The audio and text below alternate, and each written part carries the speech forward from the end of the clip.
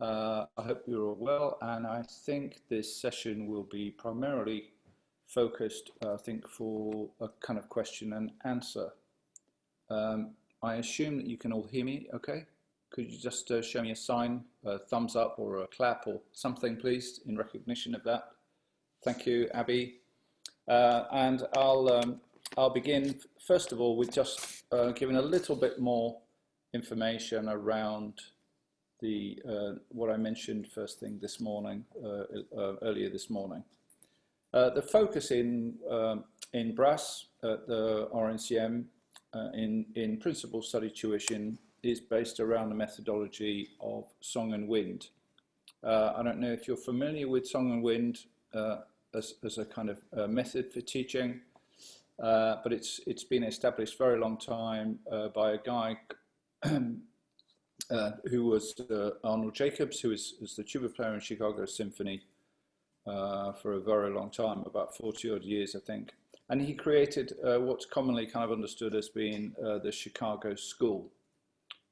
He taught at Northwestern University in America, and he wrote this book called Song and Wind that outlines a kind of basic, simple principles for brass and wind playing. The main points of that is very simple. The song is the internalization of music and how we create sounds in our head, our imagination, our ability to produce pitch and hear those sounds in our head. And wind, which is the vehicle which carries that through the instrument, creates vibration at the lip and a standing wave in the instrument. And therefore, that's the fundamentally simple message for teaching brass and wind instruments. Normally in these kind of situations, when we're in one of the studios, this is Studio 7, I think it is behind me that you can see, virtual Studio 7. We have actually 8 studios similar to this in RNCM. And we normally do these sessions in one of those larger studios. It's the norm that I would have one of our students or a group of students to perform for you and work through some of these ideas. So I don't know whether, if anyone has any questions, or if you'd need like to have some more information on that and what the principles, how the principles work. I can't see any coming in at the moment. The basic idea is that obviously as brass players particularly, the only noise the instrument makes on its own is if we drop it. So we have to create all the pitches. We have the possibility for a whole harmonic range with, in the case of a trumpet or euphonium, tenor horn, French horn. We have the series that we can create with the valves, but we have to tell the instrument, send a signal to the instrument about the note that we actually want to play. So let's assume that we're looking at a piece of music. There's a note in the third space, C. We have to create this in our head to hear that pitch clearly and then send that signal to the instrument. We convert the signal into a vibration at the lips, and then the air carries it through the instrument to create sound. I've got a question from Alexandra, sorry. I'm a tuba player and I was wondering who the tuba teacher was and how many lessons I would have in a term and how long they would be. Yeah, I'll come to that, Alexandra, in 1 second if I can, please. I'll just finish this explanation of song and wind. So basically, if a student has a problem or an issue that we need to work at to solve a technical issue, we would generally ask two very simple questions. Is this a problem with the song, or the student's ability to be able to internalize the sound? We need concepts. How do we want it to sound? What is the pitch? What quality of sound do we want to have? That would be the first question. The second question is, are they providing a steady airstream to carry that into the instrument? And there are various tools that we can use to establish those things. If they're not obvious to the teacher, usually our staff are pretty experienced. They get to know what those things are. And they can work through with a whole range of teaching aids to build new habits for that student in order for them to be able to deal with technical problems. So that's the fundamental basis of Song and Wind. It comes down to very, very clear and accessible concepts that all students and all staff can apply. So we begin to build a reference of language that becomes congruent for everyone within the school. That removes conflict. Very often we see students that have conflicting ideas from different methodologies they've been taught or heard about, and that we find is a very kind of negative influence in terms of progress. I'll move now to Alexandra's question, which was how many lessons, I'm a tuba player, and I was wondering who the tuba teacher was and how many lessons I would have in a term and how long they would be. So the tuba staff, we have several members of staff on the tuba, for tuba, and at the moment we have, I think, 13 students in the tuba department, and actually the decision about who the tuba would be, a tuba teacher would be yours. We encourage our students, even the new intake students, to research the background of our staff, and we like them to create self-determination and to make those kind of decisions for themselves. Currently, our senior tutor is Brian Kingsley, who's tuba player in the Opera North. We have Les Niche, we have Ewan Easton, and we have Robin Haggart, and that's the core of the tuba staff at the moment. We have an international tutor, international chair actually, in James Gourlay, who's also tuba specialist, who comes and works in the college 2-3 times a year with all of the tuba players, all the low brass actually, and often works with the brass band too. And some more questions. What do you offer that others don't? Okay, that's from Gwendolyn. So I think that the offer of RNCM is unique in that I believe that we offer an extraordinarily broad range of experience for our students. I don't know another college in the UK, particularly in the UK, that works with such a focus through Song and Wind, and the kind of evidence-led approach. We're not interested in smoke and mirrors. We don't like the kind of guru mentality, and we want our students and teachers to work together in agreed learning pathways, so that everybody's pulling in the same direction and students and teachers are happy in the process together. I think that unique to, as I said this morning, unique to RNCM probably also is our professional experience schemes. As I said earlier, I'm not sure if you were there, Gwendolyn, that we have a whole range of professional partners where students can go and work with those professional practitioners in order to kind of have a foot in the professional world, again, experience there, and also to be able to showcase their skills to the people that be future employees. In terms of other things that not all colleges do, all of our students have the opportunity to train in doubling instruments or associated instruments. For brass players, they're all slightly different actually. The trumpets usually play natural trumpet to level 2. That's to their second year, and they are assessed in that. Third years, horn players also have assessments to the third year, and they're mostly on natural horn, hand horn, etc. Trombone players, they get sack butt training over 2 years. That's 7 hours per year with an assessment in year 2, and then in year 3 they have another assessment where they can make choices then about how they would like to spend those 7 hours. If we think that the associated skill would benefit their career path, then we're quite happy to discuss with them alternatives such as maybe jazz trombone, cimbasso, it could be a bass trumpet, Or indeed, some of our students take things like jazz harmony, keyboard, harmony, singing. If we feel that it supports their learning pathway or where they want to go with a career, then we're flexible and open for discussions with that. I hope that gives you a little clue of some of the things. Actually, there's one other thing that I would really like to highlight, and that's the kind of breadth of experience that we have in terms of ensembles. It's a huge amount of ensemble activity within the college. My guess is that quite often, I would say probably average for a student, an average for a student might be 15 to 20 hours a week of ensemble activity of some kind.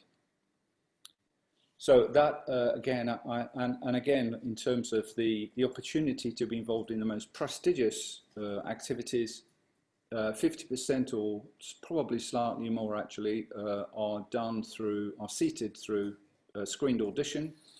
We always have external specialists on those audition panels alongside a head of school or deputy head of school. And the key for us is the feeling that we run a meritocracy, in that if you win the audition, it's regardless of how what stage of study you are, then the seat is yours for that project. All of our ensembles are project based, by the way. They don't just run week to week meaninglessly or without performance high spots. They're all seated for maybe a 2-week project or a slightly shorter project, 1-week project, depending on the ensemble. And as I said, the range is enormous. I have a question from Charlie. Will consultation lessons with tutors take place this year? Yes, there will be consultation lessons. The same, as a school, we've been, obviously the lockdown is a difficult situation for everyone. We've been operating a completely full schedule of school activities online for the whole of this last term. Each instrument group has had Wednesday morning class, 13 classes, with the exception of saxophones actually, but you're probably getting information from Rob. If you're a sax player, you're probably in another virtual room listening to him tell you about that. They've had their classes on a Tuesday evening because several of their students are in America. So Western time zones that didn't really work for those students to engage. In terms of across the school, we've run all of our schedule this term with kind of working across several time zones to suit the profile of our students. Many of our students are from Asia, but we have a very, very broad range of nationalities within the college. It's a very nice mixed community and very positive. So no more questions coming in at the moment. I'll tell you a little bit about our international tutors. In each class, each instrument, we have every term there are masterclasses who are guests, who are kind of international artists, leading practitioners in whatever the instrument might be. Today, for example, this morning, the clarinet class had a masterclass online with principal clarinet from the Royal Concertgebouw Orchestra from Amsterdam, and that's typical of stuff that happens within each department. Usually there's a masterclass for each instrumental class per term, and then we have international visiting tutors in each discipline, with the exception of tenor horn. And they come to college normally 2 or 3 days each term to work with students, one-to-one lessons, maybe coaching ensembles, and that activity continues throughout the year. I've got some more questions here. Are there many differences in how the postgraduate course works with the brass department compared to what we've heard about the undergrad? Not in terms of performance activities. You get the same number of one-to-one lessons. That's currently this year is 27 1-hours and plus 20 hours of class. So that's working with your student peers and student-led classes also happen another 20 to 25 hours a year. So there are 10 classes per year for each instrument group that are led by staff. That gives all students the opportunity to be exposed, to work with staff that they may not be having principal study lessons with. So when they come to the end of each year, they have a process where the student can go online and make another choice for the teacher that they might want the following year. They don't have to change. It's quite common for students to continue with one teacher for quite a while. But as a new intake student and a second year student, we do insist that you only have one teacher for the first, for each year. The reason for that is very simple, is that we feel that you need to build the kind of fundamentals of technique at that time. And again, we're really keen that students, until that's really established, students don't have conflict. And they also have one person who's a principal responsibility for their outcomes on their principal study instrument. So for postgraduate students, it's pretty much the same in terms of your experience of performance hours, your engagement hours. We encourage students to be more self-determined as they progress through college, but the contact hours are pretty much the same. Obviously, the program for the kind of the kind of academic side, although we view performances as academic too, practice is research, but yeah, slightly different in that delivery. It says here, are you allowed, this is Jessica, are you allowed to sit in on masterclasses that aren't for brass instruments? Yes, you are. The entire college has a kind of open door policy. Anything within the college, if it fits into your timetable, you are more than welcome to go to watch anything that's happening in the colleges. Within SWBP, obviously our timetable is pretty much in line from instrument group to instrument group, and all students are invited to masterclasses that happen across the school. Are there any more questions, please?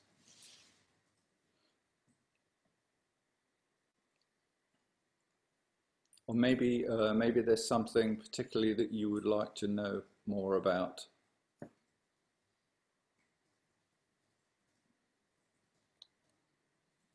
I have a question for all of you actually, and that is, what are your ambitions? Where do you want to go with your career? How have you thought about what kind of degree you want to get? Do you want to get a first degree, a second degree? What are your goals and ambitions? I think it's very important, and we operate within the school. We encourage students to make those very clear. Evidence suggests that the more clear that your goals are, the more likely you are to achieve them as satisfactory outcomes. Do you have any outreach opportunities? That's also from Jessica. Yes, we do. There's a whole program within the college which is to do with outreach and access across the community. Students go into schools. We recently sent a brass quintet to a school of actually one of our trombone staff, where her children went, and they wanted to launch a new initiative to promote brass playing in the school. We sent one of our undergraduate brass quintets there, and within 2 days 80 students were playing brass instruments. So we were absolutely thrilled with that, and a very positive impact that we brought to that very localized community. That's a program. Also, there are academic modules where students can elect to take that lead them down those pathways. As a school, we have a school festival every year, and for the last 3 years, since I've been there actually as head of school, as part of that festival, we've done projects with music hubs, visiting the college, playing alongside our students in performance at those festivals, major projects. And actually this year we had similarly planned on April the 26th, I think it was, but unfortunately we lost that to lockdown. Yeah. Question from Charlie. Can you opt for more lessons on historical instruments, e.g. the natural trumpet, if you enjoy them? Charlie, every student has the possibility to take 7 lessons per year on a historical instrument. And you are assessed on that at in the technical assessments in year 2. We think that a new student coming in, if you've never played the natural trumpet before, that you need to 2 years to give you time to develop, so that when we assess you in year 2, that you're able and have been supported in that learning for a long enough period of time. It's not possible within our framework to take additional lessons, but in terms of the fee structure. But of course, you would be able to do that externally if you wanted to. We have a lot of student-led time actually, where students support each other in those activities too. So the senior students that play in period instrument stuff, they're very often running groups themselves. As I say, there's 25 hours, I think it is, in the year, 20 to 25 hours in the year that we have all the rooms and facilities set aside for student-led activities, and very often that's an area that they're working on individually and together, helping each other, supporting each other, and playing in groups together. Jessica, are there many student-led ensembles, or does most ensemble playing come from projects? No, there are very, very many student-led ensembles. Everything from full symphony orchestras to instrument group. So for example, there are student trumpet-led ensembles, there are brass ensembles, 5-piece, 10-piece, all of those things. So, and actually the chamber music pathway, if you like, within across the college, that's pretty much all student-led, student-organised. They have what Rob Buckland describes as speed dating at the beginning of each year, where the students kind of match up. If they haven't got ensembles, they work together to find repertoire they want to play. And it's very much down to students to organise rehearsals and to work together. Each student has a very, very large number of hours that they can pull down for support with that. They can go online and book staff to help them with support in terms of tutoring and coaching for their ensembles. But it's very much about the students taking responsibility for those ensembles functioning properly. Quite often in the first year, they usually kind of fall out, make up. But usually we end up with a whole bunch of groups that work very well together and create some fabulous music.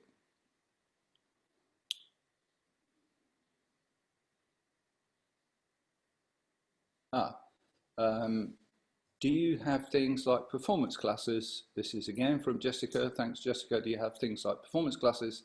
If so, how often do you get the opportunity to perform in them? I thought I touched on this earlier, but I'll go back. There's a lot of information I know. Each class, each instrument group, that's 13 disciplines, have 20 hours per year. That's for instrument classes, performance classes. They also have 25 hours where students do kind of performance-led stuff that they do with each other. In addition to that, as a school, we run things called stages and POPs. POPs is basically an acronym for performance opportunities and progression sessions. That means that if you jump through a couple of hoops and come and play a few times to a suitable level, you can get onto our external list. And we have an office that works full-time, kind of creating and finding employment opportunities for students that have gone through that process. Stages are slightly more formal, and students are allowed to bring their friends, guests, they get time with an accompanist, and they play. Every school student in the school is scheduled to do them through the year, and they get a 20-minute performance, usually of part of their recital project for the end of the year as preparation for that. They can do multiple ones if they want to, but as a school, we ensure that all students have to do at least one stage in a year. If you're a new entry student, you don't have to worry about there being a kind of a pressure suddenly to perform right up front. We always start the years with our postgrads and fourth years and work through gently backwards to our new intake students. And by then, of course, you've been working with your principal study teachers and support staff, and you should be ready to do at least a couple of movements from something that you will be required to play in your final recital at the end of the year. How many brass players do you have each year? This is from Megan. Megan, we don't have a definitive number in terms of a maximum number or a minimum number. We're largely driven by the quality of the applicants. We try to maintain an ecology across the college, that's for sure, so that we have a balance of instruments, but usually that works out pretty well. We're more really interested in the quality of each year group, and it's not a numbers game, it's a quality issue. So no fixed number is the answer for that question. Any more questions, please?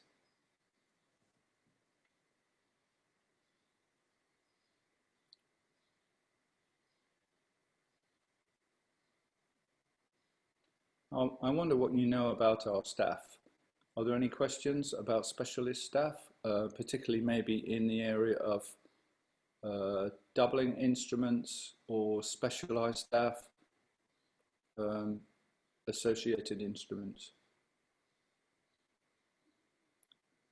If you're planning to audition for us in the near future, I would really recommend that you do as much research as possible on our staff.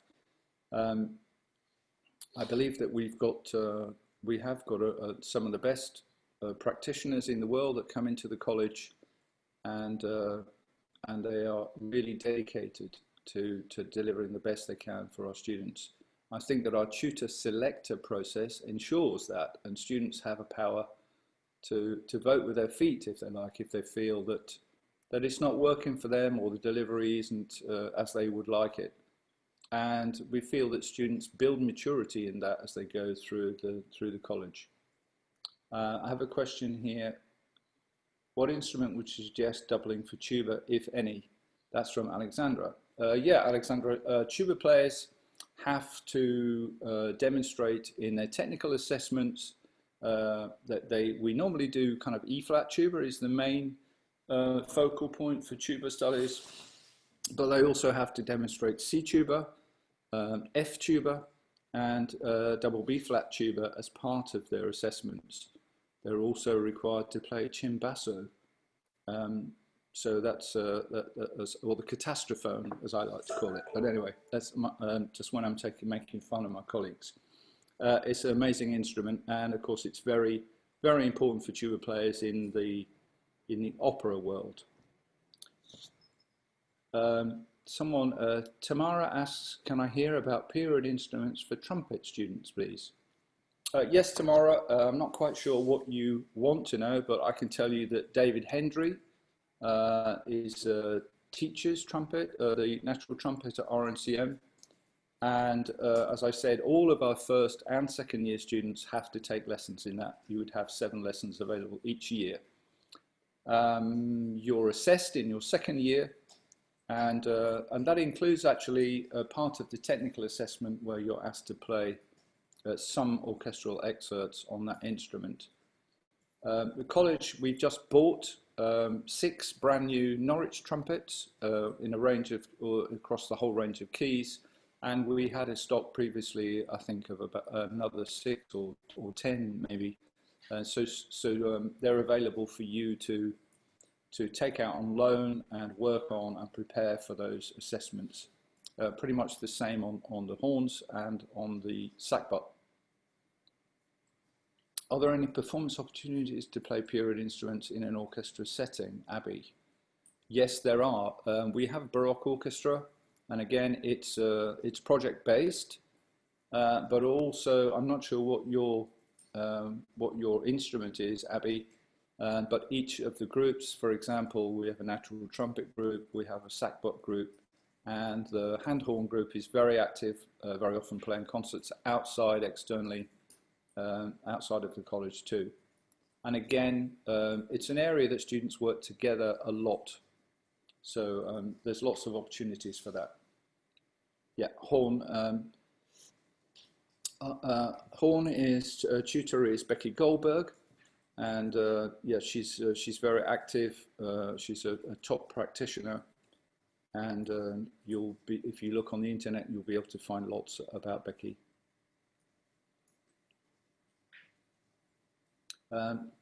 Gwillian asks, I'm a bass trombone player. Would I be able to have the euphonium as my second study? Yes, you would, after your third year of study. If I remember correctly, they're all slightly different in all the disciplines when the assessments are. But I think after the third year of study, that bass trombone players are allowed to take pretty much any option you like. So euphonium could be one of those.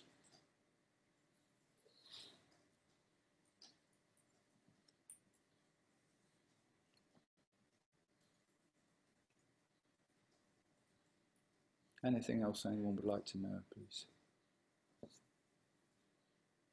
I don't think we had many questions about brass band instruments, but my guess is that they're probably in the room with David talking about the brass band.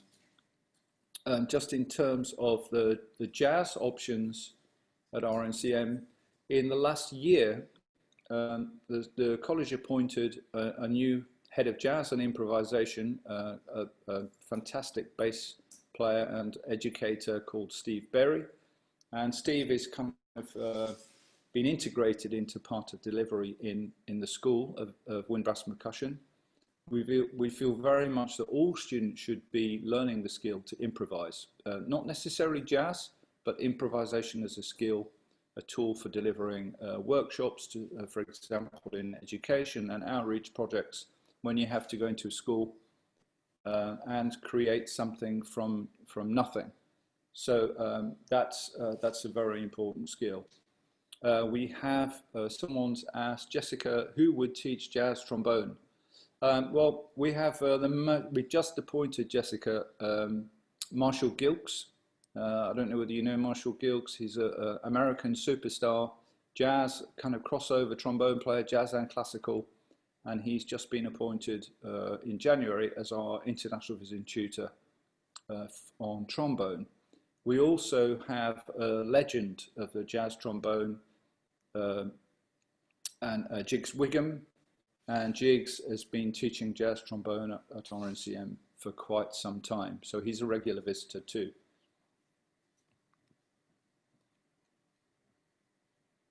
Well, we encourage students actually on all instruments, not necessarily to take instrument lessons in jazz, but rather we think that jazz is something that is a skill that they should learn, the theory and practice of creativity, and you can learn that with Steve Berry, who's a bass player. This is about creativity and harmony knowledge and scales and modes, and we recommend that you start to play with that and enjoy it and create and explore before you get to college. It's very important for us, and we're doing more and more activities in that area. We want our students to be very rounded, kind of oven-ready professional musicians, and the demands for professional musicians now are, the boundaries are disappearing fast. If you play in a symphony orchestra, it's likely you'll be playing with rock stars and pop stars and jazz artists, as well as Mahler and Beethoven and Schumann. So we need to be ready and have the skills to do that. Question from Charlie. If you're a trumpet and cornet player, is it recommended that you bring a cornet with you for brass band? Yes, Charlie, that would be terrific. And also, actually, for a cornet player, it's recommended that you bring a trumpet too. So all of our students in the brass department, obviously French horns are not in a brass band instrument, but all of the students at some point are placed or win seats in the brass band. As I said, they're project-based activities, and the seats are very often won. It might be a principal cornet seat, might be won by a trumpet player, or a principal trumpet seat in a Mahler might be won by a cornet player. So it's if you win the audition, you get the seat. Are there any opportunities to play in wind band? Jessica. Yes, Jessica, we have 3 to 5 projects a year with Symphonic Wind Band. RNCM has an unbelievably long history of wind band, mostly through the work of one of my predecessor, Tim Renish, who was really instrumental in moving the wind band as a genre forward in education and music in the UK. Obviously, they're very popular in other parts of the world. They're not so popular in the UK, maybe. But we have symphonic wind bands, and we do superb projects with them. Again, in April this year, 26, the wind band would have featured highly in our school festival this year.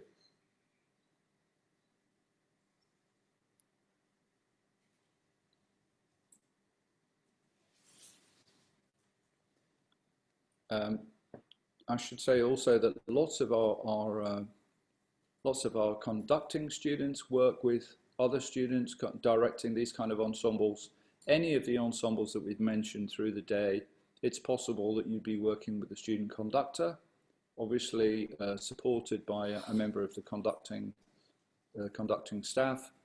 And you would also have an opportunity quite frequently to be able to direct a little bit of an ensemble that you might be playing in.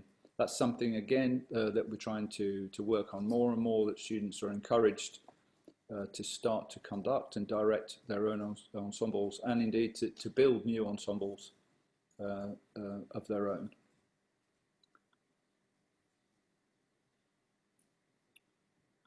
Any more questions, please?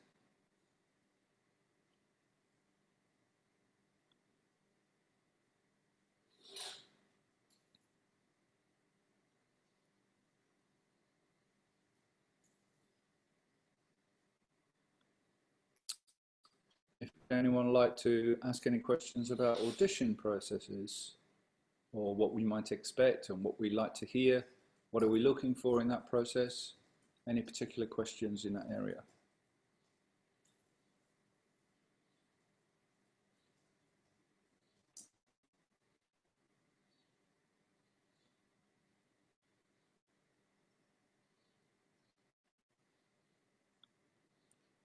Yes, Megan, I will explain. In SWEP, question coming in, do you know if auditions will be in real life or video auditions for entry in 2021? And that's from Jessica. Jessica, like everyone, I'm very, very, very much hoping that they will be. We are planning to be back in the building, probably with a blend of delivery from September this year. We've had a really successful term actually online. It's amazing the creativity and the shift in flexibility for teaching and learning that's gone on within the school. But yes, we're all hungry to get back in the building and start playing together again.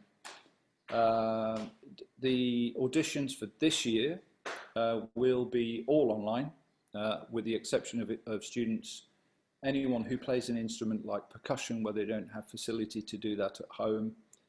If we can't arrange with a local music society or a music school, a specialist school, or hubs for you to go and record an audition there, then we'll look at the possibilities to find a way for you to come into the building to do it.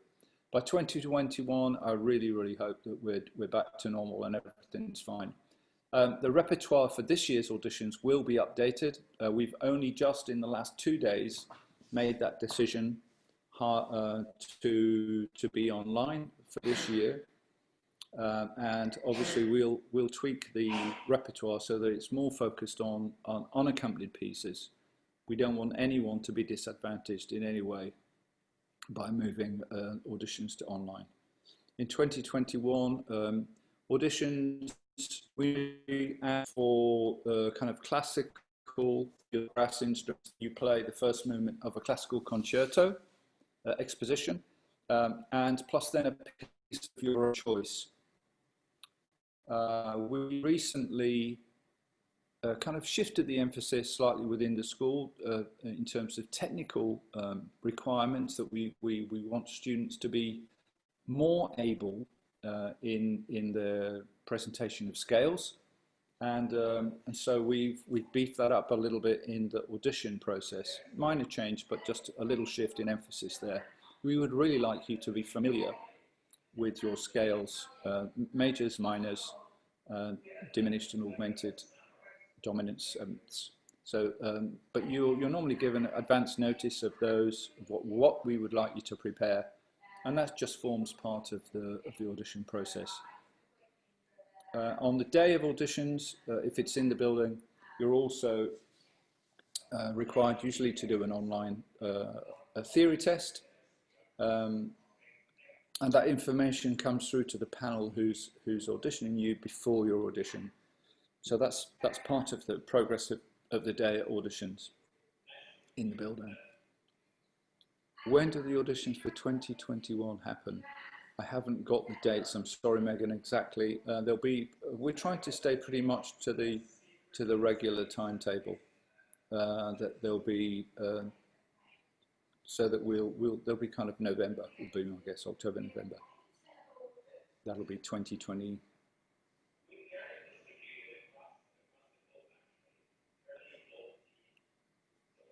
Is there any oral in the audition? There's some, that's from Gwynn. There's an element of oral test within the theory test. Yes, you're asked to listen to works, and you need to put them into periods in classical, Baroque, etc. And I believe that there's some. I've never taken the test. Maybe I should, but I also believe that there's some interval questions on oral skills. Yeah. In terms of what we're looking for in an audition, we want to hear what you've got to say. We're not really that interested we're not so interested in just your technical prowess. You know, we have great teachers within the college, and as I said, we have a methodology in Song and Wind that we believe can give every student the potential, the possibility to reach their potential. But at the end of the day, if you just play notes and it has no meaning or character, then it's not interesting to us or to any audience. We'd recommend that if you've got family and friends, as soon as you get to the point where you can meet them again and spend time around people, that you can perform to them as often as you possibly can. There's nothing like getting out there and playing to an audience and getting their feedback. Listen to what they have to say. Think about it. Analyze what it is and whether you think it's valid and whether it can improve your performance. One of the things that's important, we're just in a process right now, actually, of marking the reports from staff and students. And this feeds into what I was talking about earlier in the day with our Lesson 1 project and the learning contract. It's very important that you establish really good practice routines. We want your time with your instrument in the practice room to be the most efficient it can be. Evidence suggests that broken practice or kind of is more efficient than block practice. So mix things up in your practice. Think about the physical habits that you make. They're associated to things that as soon as you hold the instrument, you're triggering a whole load of behavior that's just associated with holding the instrument. So Song and Wind promotes the idea that a lot of changes, if you have to make them, are improvements in your playing, you can do them away from the instrument. So sing a lot. If you can sing the musical line, that gives us a good idea that you have the notes in your head, they're in your ear, and you can tell your instrument how you want it to sound. If you can't hear them, then we can't send a very precise signal to our instrument. So work on those skills, hearing what you see and being able to sing them or whistle them, and then play them on the mouthpiece. That's another good test for your oral skill. Do slow practice so that you can get things right rather than hurried and rehearsing your mistakes. Your brain doesn't know the difference between getting better at making mistakes or getting better at playing things beautifully. So take your time, practice slowly, and build good habits. That's the fundamental kind of focus of what we do in the first 2 years of study. You start to build your technical prowess that gives you the freedom to find your own musical voice and to create. And that's what we want. Creative musicians with their own voice.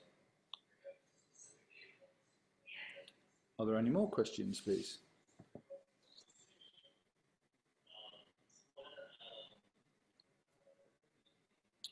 Could I ask for you just to write, all of you, just to write into the questions box, the text box, what instruments you play, please? If any of you wish to reveal your video view and have a question to ask directly, I'm very happy to do that.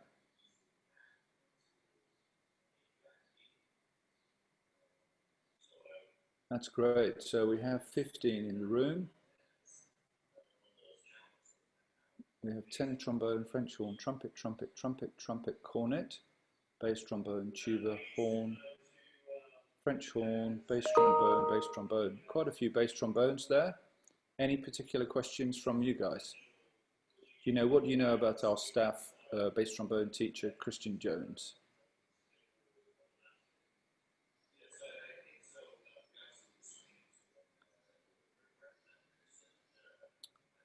Okay, for you bass trombone players out there, I recommend that you go to YouTube and search for Christian.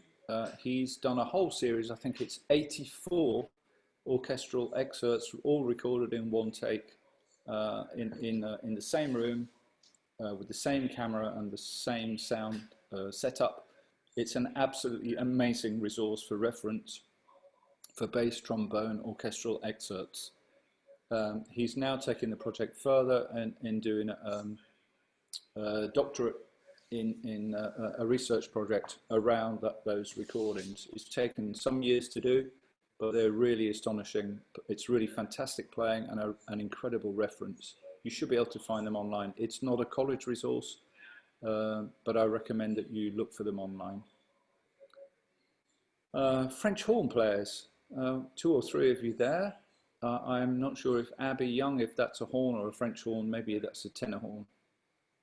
If you are a tenor horn player, you might want to visit the room with Dave Thornton, who's our senior tutor in brass band and has information on the brass band instruments. French horn, great, Abby, thank you. So do any of the French horn players have any questions about staff or any other things?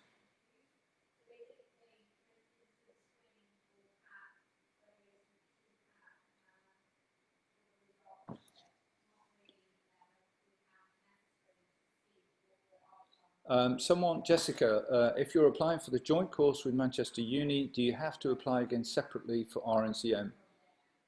Jessica, to be absolutely honest, I don't know the answer to that question. I know that we have around 8 students in the college at the moment on the joint course, and one of those is my student, as a trumpet student, but I don't know whether the application was a joint application. If you wanted to write to our registry address or to marketing team who've been organising this today, I'm sure they would send that information. Accurate information is better than poor information. So I'd rather you got that from the horse's mouth.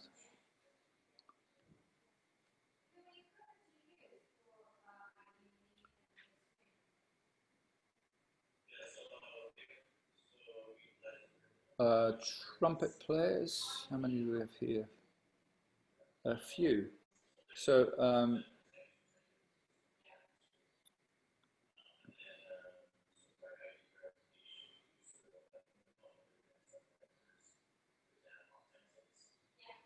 one tuba, one French horn.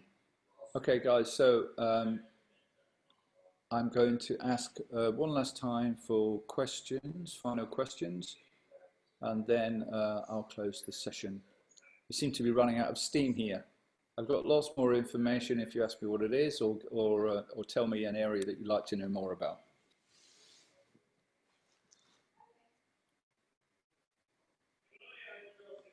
I have what is the audition like for postgrad? Are there set pieces like undergrad, or is it free? If it's free, can it be a mix of accompanied and unaccompanied? Are there any excerpts, sight reading? That's Abby. There are, normally again, Abby, we ask for a classical concerto, but then it's pretty much free, the same as undergraduate. It could be accompanied or unaccompanied. We have auditions sometimes. Maybe you want to kind of to do something with electronics or multimedia. There are no sight reading elements, I think, in the master's program students, and we don't ask excerpts for those auditions. No. Within the postgraduate program, there's potential for you to do what we call the professional audition module. Actually, that's been expanded into undergraduate this last year. And that is focused on preparation for a kind of virtual professional audition. And there's a whole kind of training process that goes on, including preparation for video auditions with excerpts and solo work, as video auditions become more and more widespread for jobs and of all kinds, actually.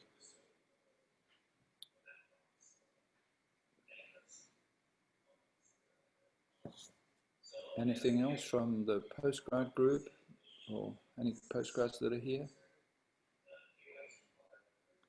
I should say for the postgrad students, when you get beyond the third year, actually in undergraduate, we encourage students to have a blend of teachers, normally 2/3, 1/3.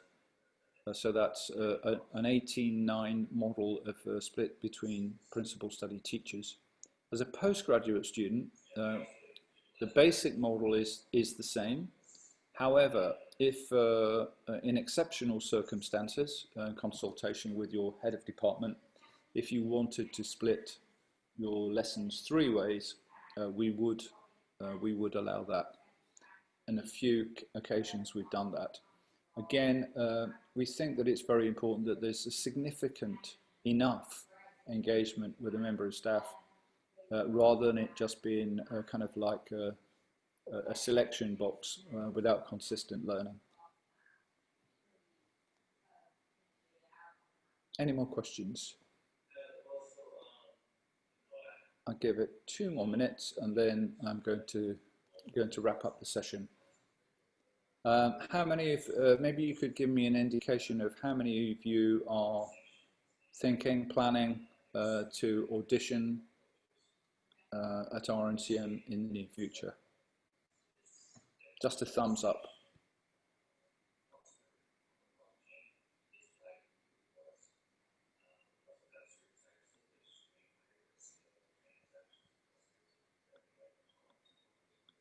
Okay, quite a few there. And for those of you that aren't, I'd be interested to know why not. I'm quite open to learn, actually. So if it's, I'd be interested on your thoughts on that. What could we do differently that might make you change your mind?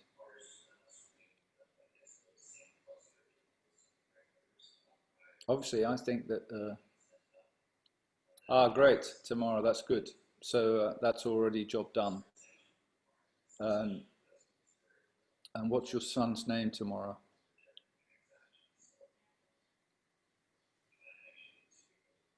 Tristan. Okay, I'll look out for him.